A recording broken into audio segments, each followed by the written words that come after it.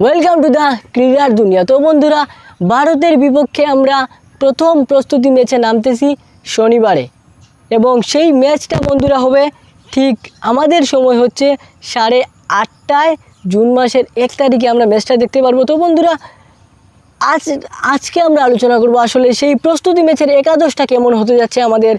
বন্ধুরা, আমরা জানি যে আমাদের লিটন দাসকে ওনারা ওয়ানডে নিয়ে এসেছেন। তো যাই হোক, এখন যদি আমরা লাস্ট টি-20 এর কথা বিবেচনা করি, ইউএসএর বিপক্ষে যদি সেই রকমভাবে একাদশটা সাজাতে হবে, যেহেতু তারা প্রিফার করেছে সেটাই। তো বন্ধুরা, আমাদের ওপেনিংয়ে থাকছেন তানজিদ হাসান তামিম এবং সৌম্য সরকার। 1 ডাউনে থাকছেন আমাদের লিটন দাস, 3 জন প্লেয়ার। 2 ডাউনে থাকছেন আমাদের নাজমুল হোসেন শান্ত, উনি ক্যাপ্টেন। উনি প্রথমে 3 নম্বরে খেলতেন, এখন 4 নম্বরে খেলতেছেন। এটা হয়তো বা টিম প্ল্যানিংয়ের একটা অংশ। তো বন্ধুরা, এবং 5ম নম্বরে আসবেন আমাদের তৌহিদ হৃদয়, 6ষ্ঠ নম্বরে আসবেন আমাদের 6 নম্বরে আসবেন আমাদের সাকিব আল হাসান, 7 নম্বরে বন্ধুরা আমরা মাহমুদুল্লাহ রিয়াদকে দেখতে পাবো, এটা আশা করি। এবং 7 নম্বরে মাহমুদুল্লাহ রিয়াদ কিংবা জাকির আলী, এখানে কিন্তু একটা অপশন থেকে যায় বন্ধুরা। 7 নম্বরে মাহমুদুল্লাহ কিংবা জাকির আলী, এবং 8 নম্বরের ক্ষেত্রেও সেম একই ঘটনা ঘটতে পারে, মাহমুদুল্লাহ কিংবা জাকির আলী। এবার আসি 9 নম্বরে।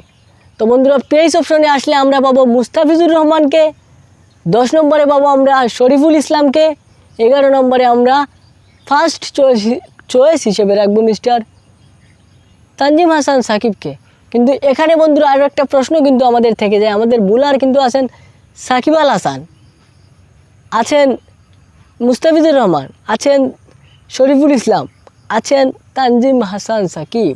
4 জন আমাদের বোলার, মেইন বোলার যাদের বলে, আমরা ব্যাটসম্যান পেয়ে যাচ্ছি 8 থেকে 9 জন। এখানে কিন্তু একটা স্যাক্রিফাইস করতে হবে, হয়তো বা যাকে এই ওপেনিংয়ে লিটন দাসকে বাদ দিতে হবে, কিংবা তানজিদ হাসান তামিমকে। না হলে আমরা কিন্তু আরেকজন 5 জন মেইন বোলার কিন্তু আমরা টিমে ফিট করতে পারবো না।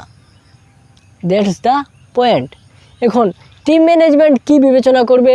তারা কি সেম টিম নিয়ে খেলবে যেটা খেলেছিল ইউএসএর বিপক্ষে লাস্ট টি-20 আমরা আসলে সেটার অপেক্ষায় আছি, সেটা দেখার অপেক্ষায় আছি। তবে আমি মনে করব, যেহেতু আমরা ভারতের বিপক্ষে একটা স্ট্রং ব্যাটিং লাইন আপের বিপক্ষে আমরা খেলবো, তো আমরা অবশ্যই যেন 5 জন বোলার, ফিক্সড 5 জন বোলার নিয়ে খেলি। 6ষ্ঠ বোলাররা অপশনাল থাকলো, যেমন সৌম্য সরকার আছেন, আমাদের 6ষ্ঠ বোলার মাহমুদুল্লাহ আছেন, তাদেরকে দিয়ে কয়েকটা ওভার করানো যেতে পারে। এখন আপনারা কি বলেন অবশ্যই কমেন্টে জানিয়ে দেবেন। দেখা হচ্ছে নেক্সট ভিডিওতে। আজকের মতো বিদায়, ভালো থাকবেন, আসসালামু আলাইকুম।